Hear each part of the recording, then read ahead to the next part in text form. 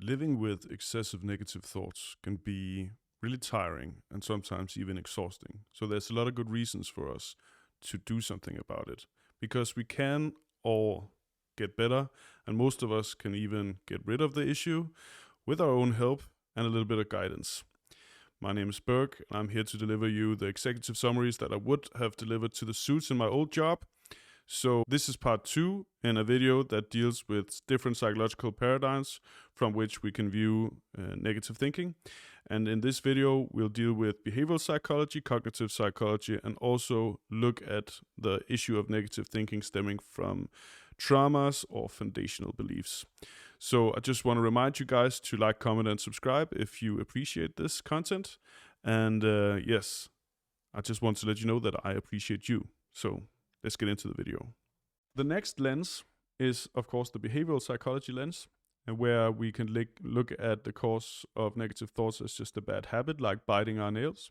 We could also kind of look at it like an addiction. I would say an addiction to internal drama, even though the feelings and problems of our negative thoughts can seem, like something we would rather get rid of. The emotional kick that we can get out of even something negative can actually be kind of addicting and something we should get rid of. And both habits and addictions are kind of closely linked, actually, which is interesting in itself. But the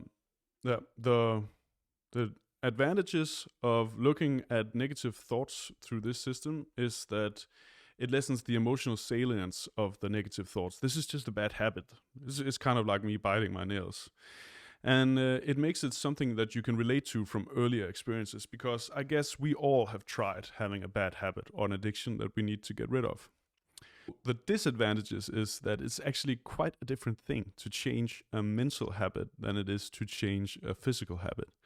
In the case of the physical habit, it's very much easier to, notice a trigger that is physical. For example, taking our hands up to our mouths and then putting in a pattern interrupt. It's something completely different when it comes to mental operation.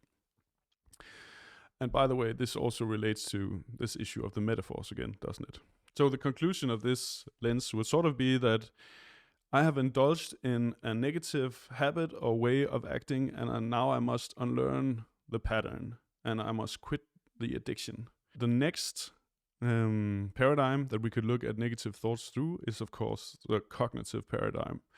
And we might have, through our lives or through lack of teaching and lack of parenting in certain areas, we might have gotten into faulty ways of reasoning.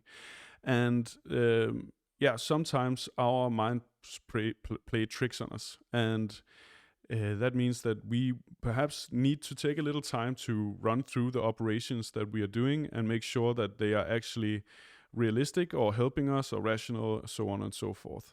So the advantage here is that it sort of makes it's a sort of a simple matter of reframing. It gives us straightforward tools to do something about this. And I would also say this is perhaps the approach with the highest degree of scientific validity, at least in my review of the data.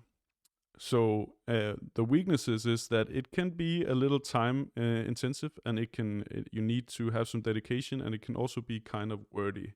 So I think a lot of people who perhaps have a hard time dedicating some mental energy to doing this, they can perhaps get something out of using a therapist as well. So the conclusion of looking at negative thoughts through the lens of cognitive psychology is sort of, I have a faulty way of thinking about the world that is disturbing my thoughts and actions, and I need to go back and reprogram some of my thinking to live a more authentic life. And the last lens we could look at is through the lens of trauma and negative foundational beliefs. And I have this very, very abstract image here because it can seem a little bit hard and weird and abstract, especially if you look at it through the lens of psychoanalysis or depth psychology, which I would not recommend because the scientific evidence is just not that good. Some subjective experiences is clearly there. People can get something out of it, but we can also now deal with traumas and negative foundational beliefs through the other lenses that we've talked about here. So, but in the end, if you were to really go into, your childhood and the symbolism of your dreams and all this, you would need to have a therapist with you to do it effectively. And then I could also offer you some tips and tricks on how to do this. So the advantages of this perspective of looking at negative thoughts is it's really deep, and it can potentially get to the roots of problems that will really change your life. It also makes it so that the negative thoughts are pieces of a puzzle that you can put together and find the actual meaning of why they're there and what they're trying to tell you. The weakness is that this could potentially lead to more overthinking and more overanalyzing than other approaches, and it can really be hard to move through. So that's also why I would advise you to get the help of a therapist if you're going into a really heavy analysis of your childhood traumas and so on and so forth. So the conclusions of this approach would sort of be that I have unresolved trauma that is disrupting my thoughts and my life, and I must face my past and find what conclusions stems from that I perhaps need to change or look at in another way, another light. So that was all of the different lenses that we could look at negative thoughts through. Like I said, I would move through them from the outside in. But if you are attracted to a certain one, then of course you should just jump straight to that one and start working from there.